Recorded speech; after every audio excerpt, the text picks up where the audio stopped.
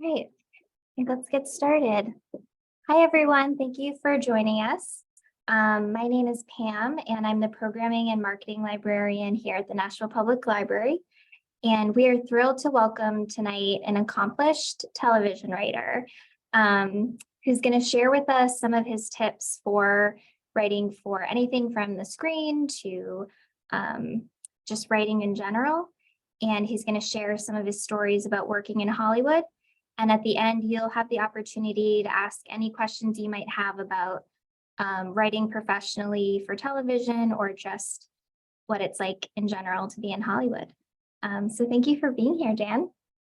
Thanks so much for having me. I'm excited. I hope this is entertaining. I'm sure it will be as entertaining as your TV shows. Oh, okay. Well, thank you. Yeah. So I guess take us back to you land in LA and you want to be a TV writer. What did you have in your background, and what did you do to get started? Okay.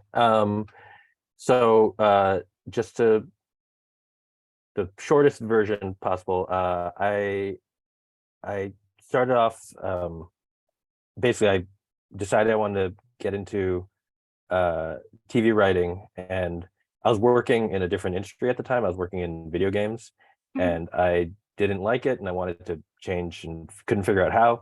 So I went to film school for grad school, which was a lot of fun, and I accrued a lot of debt. And you don't have to do film school if you don't want to, but for me, it was basically just a good way to, get out of a different switch industries.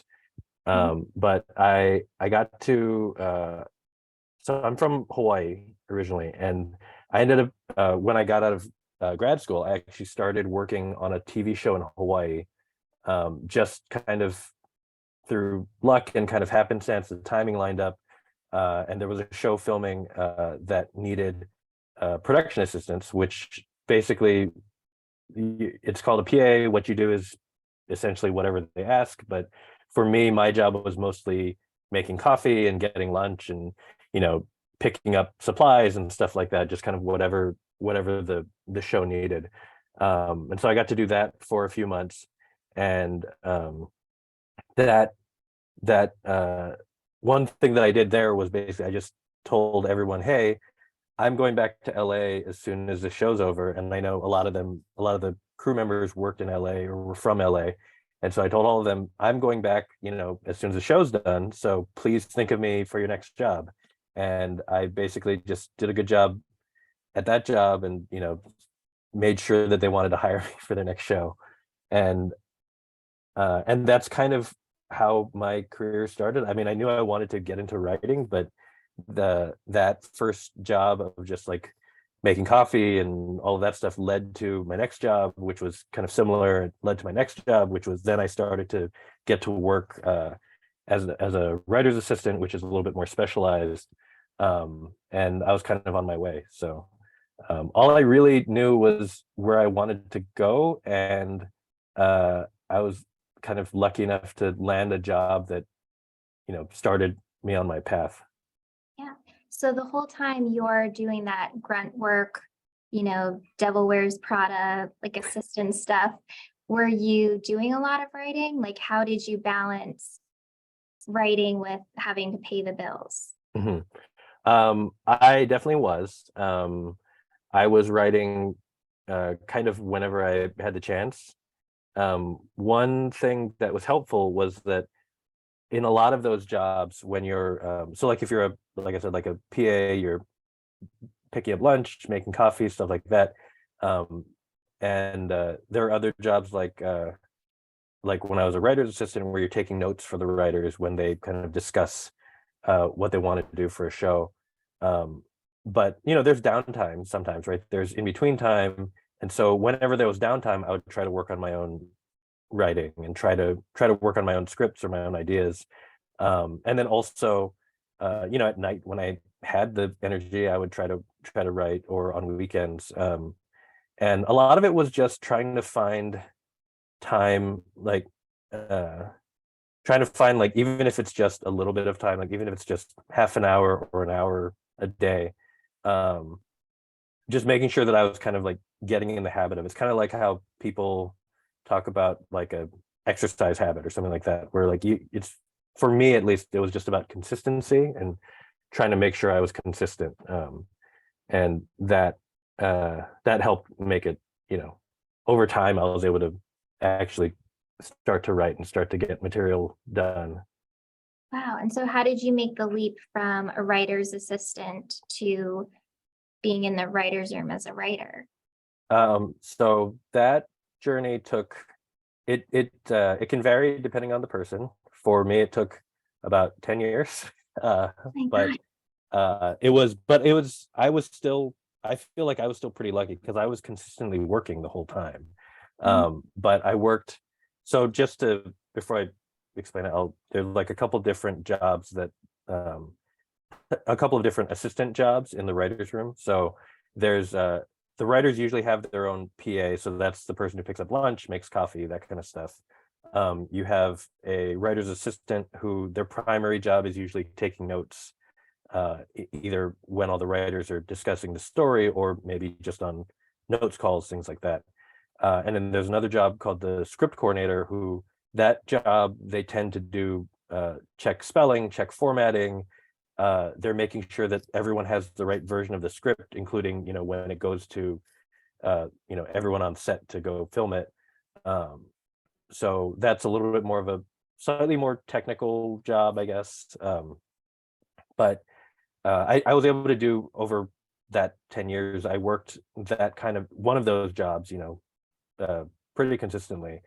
And I was on a show called Rizzoli and Isles, which was a cop show that was on several years ago. And on that show, the showrunner, who's the head writer, she made it clear to all the assistants that, oh, you're going to get to write episodes. And so that was where I got my first writing credit. And that kind of made it easier to make the leap, partially because once you have that first credit, you seem more legitimate, I guess. Mhm. So it becomes easier to find like a manager and an agent, which a lot of writers have and often need to kind of help find work. And do you need a And writing credit to join the Writers Guild? Is that uh, a part of a barrier? you don't need, I mean, yes, when you get the first writing credit, that kind of makes you eligible for the Writers Guild. So you're not restricted from taking writing work when you're not in the guild. It's just the first time you get hired for something that's a guild job, then they will reach out to you and say, hey, congratulations, you're in the guild now, please give us money. Nice. But so they find you, you don't have to worry about that. Yeah. But it definitely, that kind of it gave me my first opportunity, my first credit. And it uh also meant I had a little extra money saved up, which meant that when that show ended, I was able to actually take time and just write for a little bit, rather than, up until that point, I had been working, again, consistently, and I was thankful to be able to work consistently, but I'd never had a stretch where I could just write and not worry about just finding a job to pay bills. Mhm. So I was able to use that time to kind of just write and make sure I liked writing every day, all day, because that was going to be my job. Yeah. And then from there, I was able to eventually start to get paid writing work. And for people who might be thinking of a career in Hollywood, can you explain a little bit about that kind of schedule and the time, like when you're writing on a show, how long is that for, like during the year? Oh, okay. You mean like the actual, how long a Yeah, like if season you're goes? writing for one season, like are you employed the whole year? Oh, okay. It really depends on the show. There are there are shows nowadays where I think people are employed sometimes for only 10 weeks, 20 weeks, and that's it. And so it's pretty short, and a lot of times those, even not just the assistants, but even the writers will have to go find another show to work on after that. But it can last pretty much all year. Like a show on like network TV where it's like, NBC, CBS, those shows that run for the full season, those jobs run about 10 months probably. So on those shows, you're basically, you're working almost the entire year. And then, if you're lucky and you're renewed and you have a job to come back to, then you can kind of take the last 2 months just off, take a break, go on vacation with your family or whatever. Yeah, so I've been lucky that most of the shows I've been on, even as an assistant, were 6 to 9 months at a time. And my last show, we were working probably about 6 or 7 months. So that's still pretty good versus a lot of the newer shows, the runs are a lot shorter. And how long is a day in the writer's room? That will depend on the show. The shortest I've been on, so the last show I was on was is Kung Fu. It's still on the air. It's on Wednesdays at 9. You should watch Yeah, it. everyone can Honestly, watch it right after this, right? Yeah. We have a new episode tonight. But that show, so we were on Zoom the whole time. Even this past year, we've remained on Zoom. So our day was probably 10 to 3:30, with a break for lunch. If we went beyond that, I think people's brains started to melt a little bit. But that was kind of our average day, 10 to 3:30, 10 to 4. And then, people would still either be doing research or writing or some, have other responsibilities afterward. But I've been on shows where it goes 10 to 6. I've been on shows where it goes from 10 to question mark, and the question mark is just whenever the boss decides to go home. Wow. So it can depend, but average is probably 10 to 6.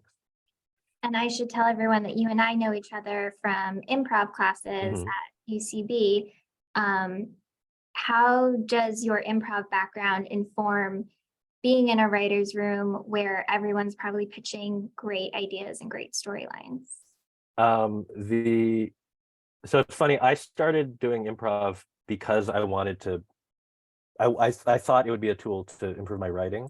And I kept doing it just because it was fun. But the biggest thing it helped with is, for me, is there's a type of listening that improv kind of forces you to train you in to just to be able to listen to people while you're thinking at the same time. So in a writer's room, especially if it's in person, there could be multiple people going at once, or like arguing or debating, or there's a conversation happening here, there's a conversation happening here. And improv really made it, not that it's easy, but easier to be able to kind of listen to both and be like, okay, I know what's happening here, I know what's happening here. I have an idea for this, but I have to talk to these people first, but I'll remember it, in 2 minutes when I want to come back. I think that's a big thing that really improved with just taking improv, and it kind of built that muscle, and also it built the muscle of being willing to say something that sounds silly or that sounds dumb. And because it's in the writer's room, when it works well, everyone needs to feel free to say something dumb, or to say the thing that's like, I know this is the dumb idea, but if I say it, it's going to lead us to something else. Or I say, this seems weird, and everyone's terrified to say it, but then someone else says, oh yeah, I thought it was weird too. And then you start to pick at something that would have been a problem down the line, but no one wanted to say it at first. But then if you start to just feel safe enough to speak up, I think improv helped with that a lot too. I imagine if there are a lot of writers on the Zoom, a lot of them might struggle with both getting feedback and also giving feedback. Is that something that you had to work on? You mean as far as like receiving feedback? Oh, one thing, yes, the answer is yes. A couple of things. One is that like it's very, especially when it's something that you've written that you're really passionate about, it's very easy to feel like a note is personal, like, oh, or that it's I don't know, it can feel like a personal attack, because especially if it's something that's really near and dear to your heart, then it feels like, oh, they're telling me that this story is dumb, or that the story doesn't work, and like, but I know it works because I care about it so much. But there's it's once you if you can like remove the emotion from it, then I think that's a big part of being able to take. And sometimes the notes are bad and you should ignore them, and that's okay. And the other thing that I think uh improv also helped with, and just in general with receiving notes or receiving feedback, is the idea that a lot of times you'll get a note saying, oh, we didn't understand this piece, or um we don't like this character, or whatever, whatever the note is. But there you have to kind of figure out, there's a term that a lot of people use, which is called like finding the note behind the note. So it's the idea that, okay, they're reacting to a character that they don't like, but they're saying it's because the character's mean, but the character's mean the whole time. It's not just here. So why are they reacting to it at this point in the script, or in the episode, or whatever it is? And you kind of have to try to decipher, what they actually mean and what they actually want, rather than just saying like, oh, well, they think the character's mean here, so let me just make them nice, because then that might cause other problems. Yeah. I love that idea, the note behind the note. Mhm. And so now, you worked as a writer's assistant, PA, and 10 years in, and you're on the Rizzoli and Isles, and that's such an awesome show. How did you make that leap to writer producer? What was that like? So the short version is that I was again very lucky, in that. So after years of working as an assistant and knowing, just um, working with a lot of people who I like, and making a lot of friends, the from there I got hired on a show, a Netflix show called The Ghost Bride, um, which was run by a friend of mine, who we became friends when we were both assistants, like, at the start of our careers. And she got hired to run this show, and she convinced the executives to basically hire me. So I got to work on that show with her, and that kind of gave me, that gave me another credit. So again, it makes me seem more marketable, and made it more. Yeah, it just began to make it easier for me to be taken seriously, and to get more serious consideration for jobs. And then as far as like moving up from there, that my next job after that was Kung Fu, which I've been on for 3 seasons. And that was kind of another coincidence of a collection of, you know, good luck and having the right work. So just as an example, here's kind of like how that all shook out. Was the creator of the show I had never met, but she worked with a friend of mine who I'd met several years before. So he put in a good word. And I happened to be writing right as Kung Fu was uh, starting to look to hire people. I had just finished writing my own sample script, which was a martial arts sample, because I grew up around martial arts because of my dad, who teaches martial arts. And so I happened to just want to write about that, and I wrote about it, and I had a sample that was similar enough to the show that they would be like, oh, we could see how you would be good for the show. Um, and so and all of that, so all of that happened kind of to line up right at the right time, where I was available to work. I had the right kind of writing sample.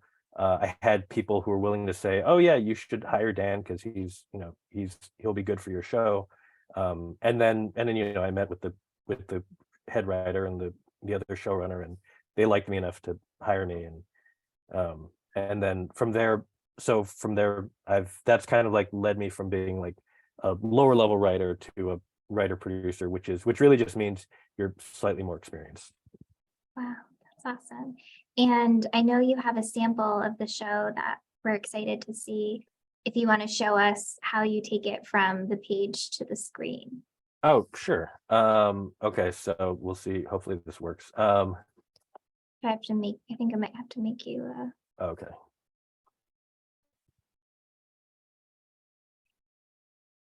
Okay, so do I do share screen? Okay, so I think everyone can see the page now. Is that right? Yep. Okay, cool. So just to explain, this is from the episode that I wrote in season 1 of Kung Fu. Just to kind of like preface this episode we had always envisioned as being an opportunity for Nikki, our lead character, to go on a journey by herself. And so there was this scene did not exist in like the early versions of the story. And we got all the way to up until we were about to write the script, and the studio and the network, they all said, we really want her to have people there with her on this journey. So we said, okay, fine, we'll add these 2 characters who are her kind of like her current boyfriend and her ex-boyfriend. And the backstory is not important, but basically just we had to send characters with her. But we still wanted her to be alone at the end, so we had her ditch them. And that meant that we had to have a scene for the 2 of these characters, kind of like when they're stuck and left behind. And so this is just a sample of that. All it is just these 2 guys in their car at night trying to sleep, and then they have a conversation. So it's not the most exciting scene, but I kind of like the idea of it just because it came out of just a necessity of we were told you have to send these characters with her. So we said, okay, but she's going to be alone at the end. So we have to give them this scene so that, when they're separated from her. And then, so this first version is just them talking about, kind of dealing with their awkwardness, and then talking about Nikki. And then there's a second version here, which I've just marked slightly. Just so like the beginning is the same. This is just as we start getting closer to filming the episode.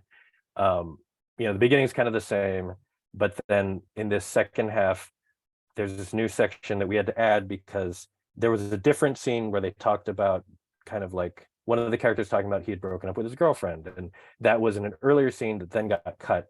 But we wanted to have that information, so it got moved into this scene. So all of a sudden, this scene's longer and has this new section of information and connection between them. So again, it's just these 2 guys talking. Not the most exciting scene, even though it's fun. At least to me, it was fun. But that's still just on the page. It's just, okay, these guys talking, they're in this car, and then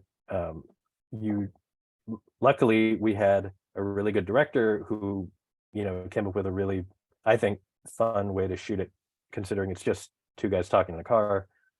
So I'll share that, and hopefully it'll play and not be too choppy, but let's see. So this is that scene, kind of like from the that I just showed. There's plenty of space back here. It doesn't have to be weird. I'm fine. Suit yourself. It's only gonna get colder. I never thanked you for that assist back at the bar. Technically, you still haven't. I'm kidding. And I'm sure you had him. Still. Thanks. No problem. You ever notice whenever we help Nikki on these adventures, they always turn out like this? You mean she always ends up doing what she thinks is right, even if it means going alone? Mm-hmm. Guess we should have seen this coming.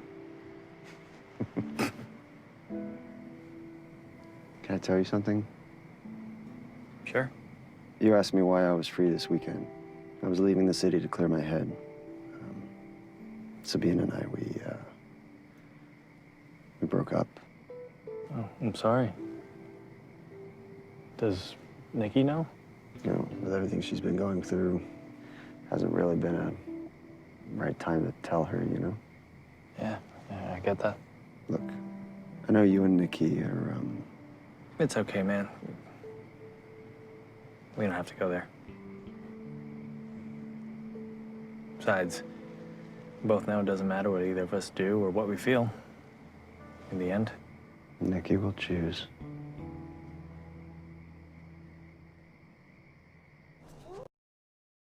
Very cool. And Anyway, so oh, sorry. awesome to see. Thank you for sharing that.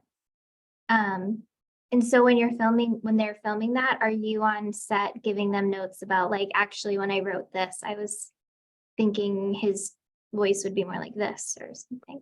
Normally you are. For that one, I wasn't, just because of the timing of it. For that season, I wasn't able to go up to set for that, but in other scenes I was able to go up. And usually the writer, it depends on the show. On this particular show, the writers go and you're there to answer questions, to rewrite scenes if or rewrite dialogue if if the actors feel like, oh, this is weird to say, or it's hard to say, or sometimes you just need to rearrange things because it's not working.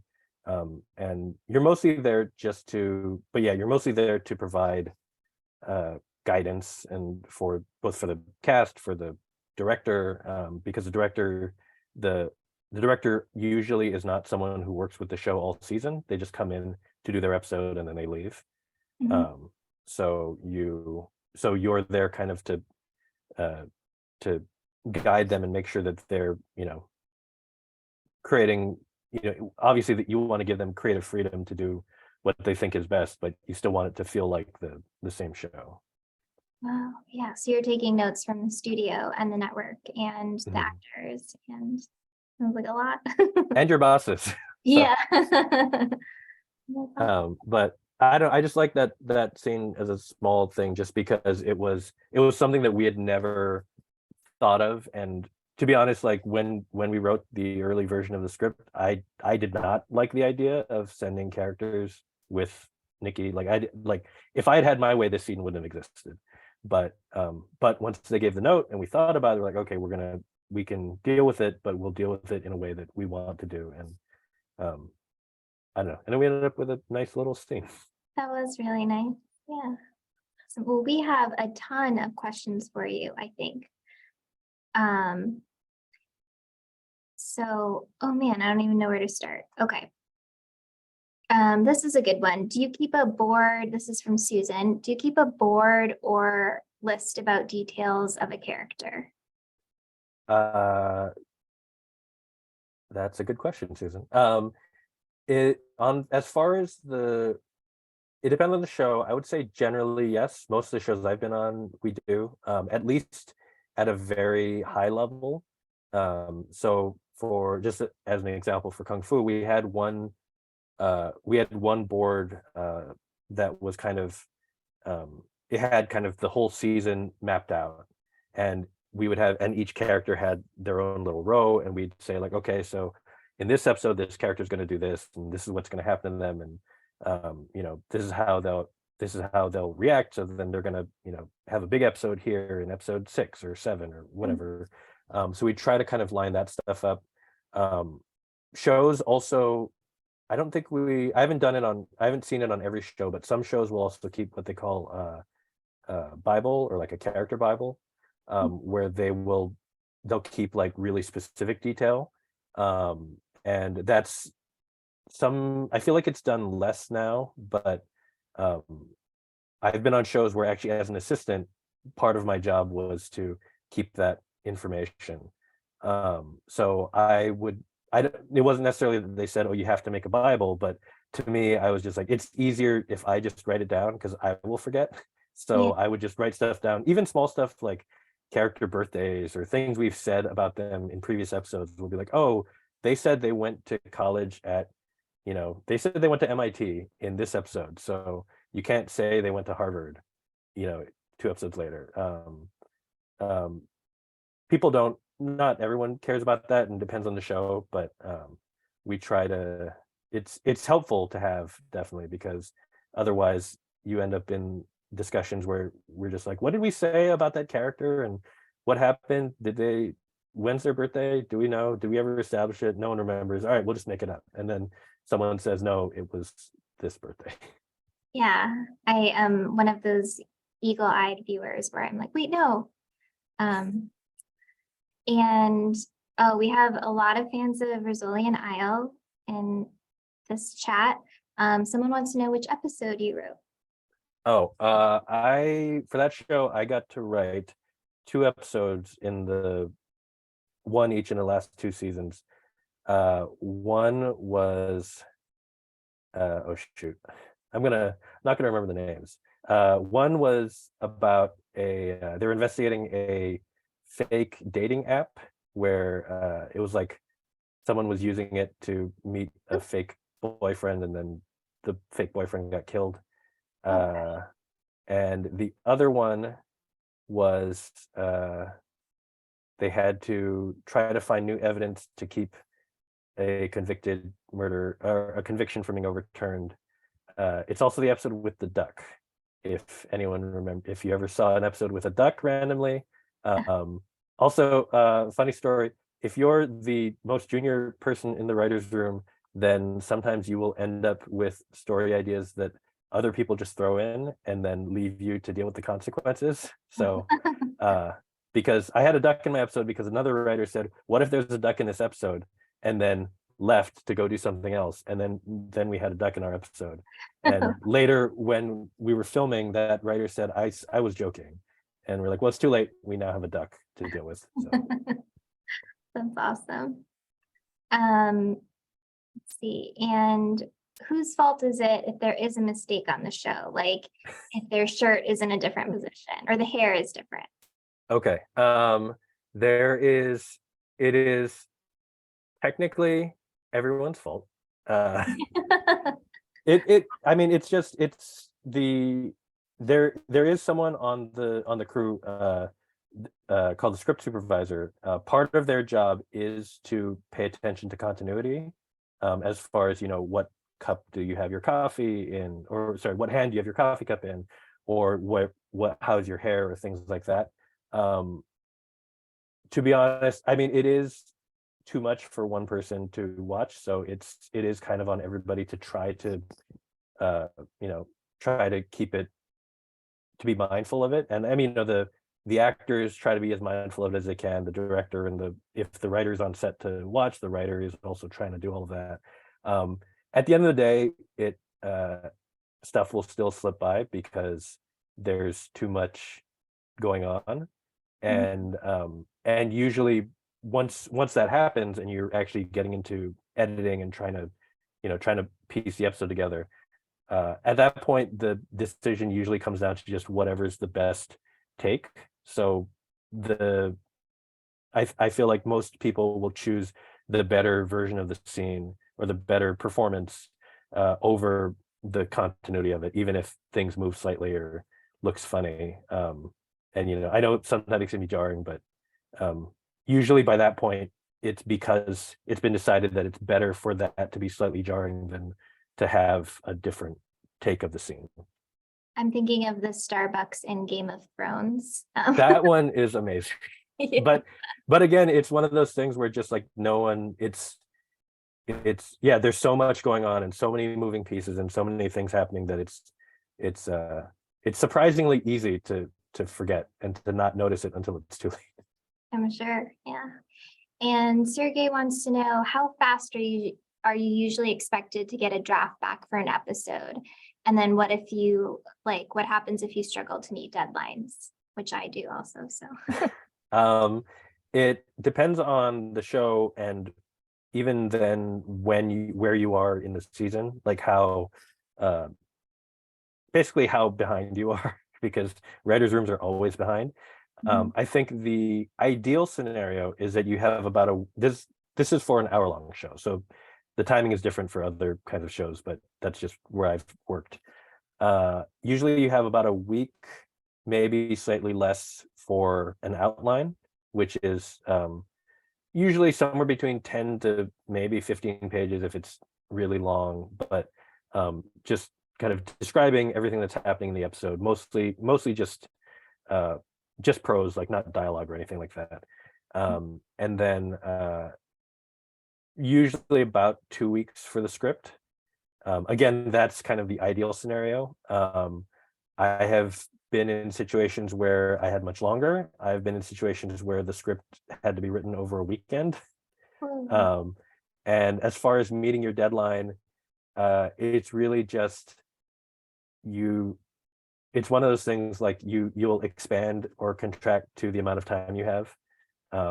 So if you have 2 weeks, if you're given 2 weeks, then you should take the whole 2 weeks and make it really good. If you only have a weekend, then you're going to do it in a weekend, and it probably won't be as good, but it'll be. I don't think in those scenarios, I don't think anyone's been penalized for, like, why isn't this as good as your last script, which you had 2 weeks. Like, everyone kind of understands, well, we know, you only had a couple days, so we understand that, it's not as like polished as it would be. And that's also, you're always writing drafts to hit certain deadlines. And so a lot of it will change over, as you get notes from the studio or the network or the actors, if they give feedback, or once you start getting closer to actually filming the episode, then, you might have written something set in a cave, but filming in a cave is too expensive. So it's going to be set in an office building instead, and you just have to change the scene, and you're going to be doing those kinds of changes anyway. So it's never a finished product until you actually have to film it anyway. So it can always, you do have time to adjust if you have to, but it's definitely stressful if you have to write that quickly. Yeah, sounds like it. Maxine is another Rizzoli and Isle fan. She says it's still on twice a day in Illinois, and she loves to watch it. She's seen it multiple times. She wants to know if you found it difficult writing for two different types of women, and how do you get into that mindset? It's a great question. That is a great question. I think it's actually easier that they're so distinct, in a way, because it's if the characters are too similar, at least in my experience, if they're too similar, then it can start to feel hard they just start to blend together, and you start to forget almost like who's saying what or who's doing what. But in the case of that show, they're so different that it's very easy to understand, or it felt easy to understand, like how they would approach a problem, or even how they would talk about a problem, just because, like, Jane Rizzoli would never use the kind of language that Maura Isles does, and vice versa, because just because they're such different people. So weirdly, it's I think it's easier if they're so distinct. As far as getting into their mindset, I don't know. I don't actually know how we did it. I think it was really just trying to understand, especially on that show where they're always solving a crime, usually a murder every week. So it's really just like understanding how they approach the problem, and that's kind of the main thing. And does it help, like, if you have a relationship with the actors, or like, are their voices and who they are as people kind of in your head? Do you have a relationship with them? On that show we did, because the show filmed in LA, and so we got to interact with them a fair amount. And the thing that bleeds in, I think, is you get to learn what people are good at, and what people and how they like to speak naturally. And I think some of that finds its way in just kind of naturally. If you found out someone was good at singing, then you'd write it in, right? Because you'd be like, oh, let them showcase their talent, things like that. Yeah. And oh, this is a good call. Someone anonymous wants to know who gets to make the final call on how things play out, like in a script on a show when you're filming. It's always going to be the showrunner, which is usually the head writer. Sometimes it's other producers, but the showrunner is in charge. Like, they get the last call for how a story goes, or how even like in terms of if they don't like a performance and they want to try to push things a different direction, they're usually they're the ones who make the final call on that. And that actually reminds me of a good point, which is that one thing that is I love writing for TV, because it's collaborative, because it's you know, you get to work with a bunch of people who hopefully you all get along or mostly get along. And I've been lucky that I've been in rooms where people generally get along. But you're always, even though you're there because of your skill set and your voice and your ability, at the end of the day, you are writing someone else's show. So you can argue stuff in the room, you can debate it, you can take it to your boss and say, I think this is the wrong call.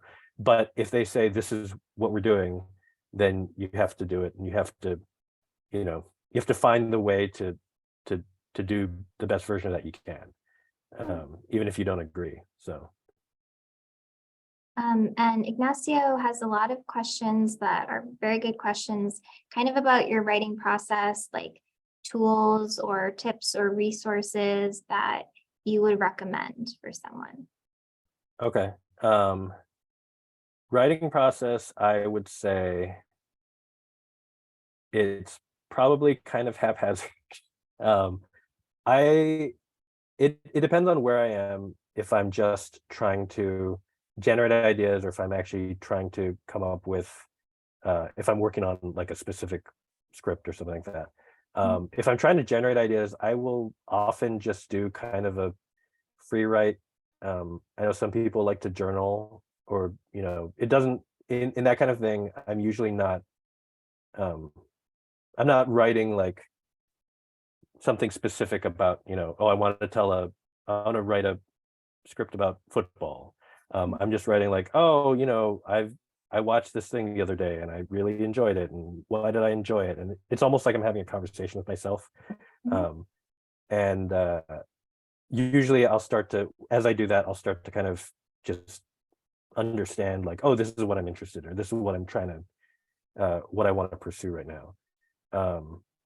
And once I'm actually in writing, you know, trying to work on a particular idea, I like to use note cards, or you know, it can be like virtual note cards. It can just be on a screen. That's okay too. But just in terms of like, I like the kind of like the color coordination, to be like, okay, this color is for this character, and to just be able to kind of like place ideas of like, you know, the character one does this, character two does this, and then by the end of it, I have this nice, pretty looking board that in theory represents what the script is going to be. Oh, cool. And as far as tools go, or other tips, I don't, honestly, the other thing that I would say is this is actual homework. If you want to write TV, you got to watch TV and you got to like TV, I think.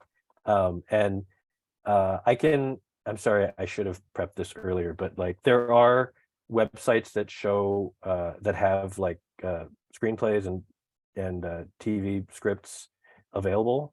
Maybe I can share the link, and is there a way to like share it to everybody later or Yeah, something? I can send it to everyone after the webinar, or if you want to throw it into the chat.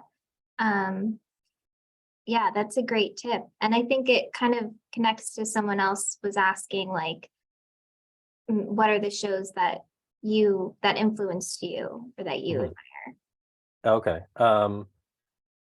There are too many. I'll start with the show that made me want to write for TV was Scrubs, which was on in the early to mid 2000s. It was just a show that really connected with me, and the way it kind of like, it was both silly and funny, but also could make you cry. And I don't know, I was really kind of in awe of that, and the way that they were able to do that. But I do. Interesting. It was like a little bit of like magic, like surrealism, but then it was an interesting mix. Yeah. And I do, although the funny thing is, I do like to joke that when I was little, I would watch TV to escape going to sleep. Like I didn't want to go to sleep, I wanted to just stay up. And so I would wait till my parents went to sleep, and then I would sneak out and watch TV. And so I ended up watching a lot of Cheers and a lot of Taxi. And then the other show that we watched as a family was Murder, She Wrote. So I learned a lot about murder mystery structure just watching Murder, She Wrote with my my sister and my parents. Wow, which maybe came back when you had to write for like Rizzoli. Yeah, weirdly, it turned out I had an education in mystery TV. Yeah. And someone else was wondering, so are you only into TV, or have you thought about writing for film, like screenplays, or have you done that before? I've written screenplays for more just for myself, and I'm not opposed to it. One thing that's uh, one thing that's interesting about it is that as much as obviously there are people who do both, but from a business perspective, the worlds are kind of different because you're meeting different executives oftentimes, whether if you're selling a screenplay versus a TV show, even if they're at the same company, they're in different departments. So you're, at least in my experience, it feels like your career kind of goes in the direction of just who you start to meet and where your personal network of connections starts to grow. So even though Pam, we met doing improv, and like at that time I was definitely much more interested in writing comedy and writing half-hour shows, but all of my experience, even as an assistant, all of that experience was in dramas. So that's just naturally where my career went. And it turns out it's fine because comedy rooms are much tougher, I hear. So Yeah. I'm okay with where it went. But it was interesting that like kind of to look back after a few years to realize, oh, this is where I'm headed just because these are the people I know. Yeah, interesting. It sounds like it's a lot of networking, as It much is a lot as of, writing as it is yeah, it is a lot of networking. And I feel like the people I know who are more successful, some of them are genuinely definitely more talented. They're better writers, and that's obvious. But a lot of them are also better at networking, and they just know more people. They're better at keeping in contact with them.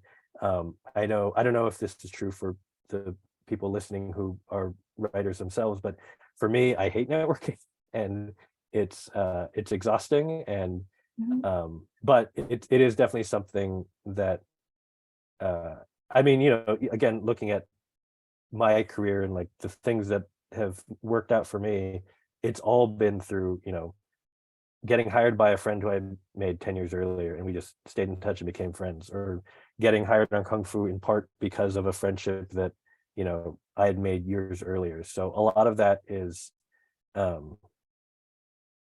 lot of that stuff. I mean, that that wasn't networking explicitly, because that wasn't me meeting someone and just being like, oh, okay, I'm going to keep them in mind, and kind of cynically keep them, keep in contact with them. I'm sorry, there's a cat here now.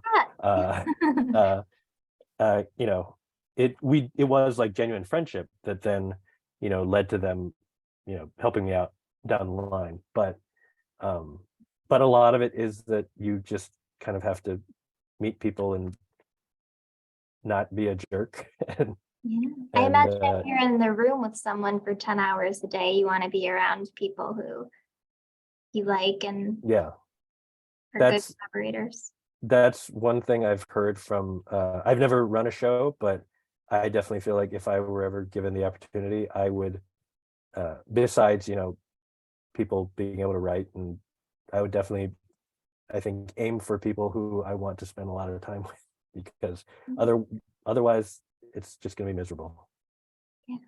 Stephen had a note about your love for Scrubs, and he just mentioned that it broke the fourth wall. If you want to comment on that. Oh, it did. I don't know. Okay, I don't remember that, but that was a cool show. Yeah. Someone's wishing you best of luck in all your future endeavors, and they want to know if you could pick one book off of your shelf, what would it be? Pick one book. Mhm. You mean like just to read or to recommend or? Yeah, a favorite book. Okay. Okay, this isn't about screenwriting, but I really enjoy this book because it is kind of writing adjacent, but wait, do I have it? Sorry, I don't know where it is. Anyway, okay, it's called Lifespan of a Fact. Okay. It is, I don't have the authors in front of me, but it is about it's kind of, it's a book about, I guess, about like truth in journalism, I guess is the easiest way to put it. But it's essentially a conversation between a fact checker and a journalist who wrote an article, and it's them arguing back and forth about basically like, you know, hey, you said you wrote this article about suicide in Las Vegas, and you said that 500 people commit suicide every year, but the number is 300. You know, why did you say that? That's wrong. Can we correct it? And the author's saying 500 is a better number than 300. Don't worry about it. It's about the vibe, not the statistic. And it's them arguing back and forth and like kind of and it's just an interesting conversation, and they kind of talk about the nature of, you know, what's the point of it? Like, does it all have to be factually accurate versus is it about, you know, what you're conveying? And that's kind of interspersed with the actual article. And I don't know, it's just a really interesting book. I can throw that out to everyone else after also. I think we have time for like maybe one or two more. I think you're such a positive, kind person. I can't imagine that you want to pick on any show, but someone did want to know what's maybe an example of a poorly written TV show. Poorly written. I might have to pass. Okay, yeah, that's fair. We did just talk about networking. You probably don't want to burn any bridges. It's not even that. It's more just that, like, I mean, I've worked on shows that were, I would say, are not for me. But I don't think I've never worked on a show where the people collected were like, I feel like every show I've been on, everyone's talented and everyone works incredibly hard. So even a show that's not very good or that you don't think is very good, like, people put a lot of time into that. And I think there's often a lot of pressures that, you know, don't there are a lot of reasons why a show can fail. And it's rarely about skill even. It's just sometimes it doesn't work out, sometimes the chemistry's off, sometimes sometimes people genuinely didn't get along, and that comes across. But well, I think that's a very positive note to leave it on.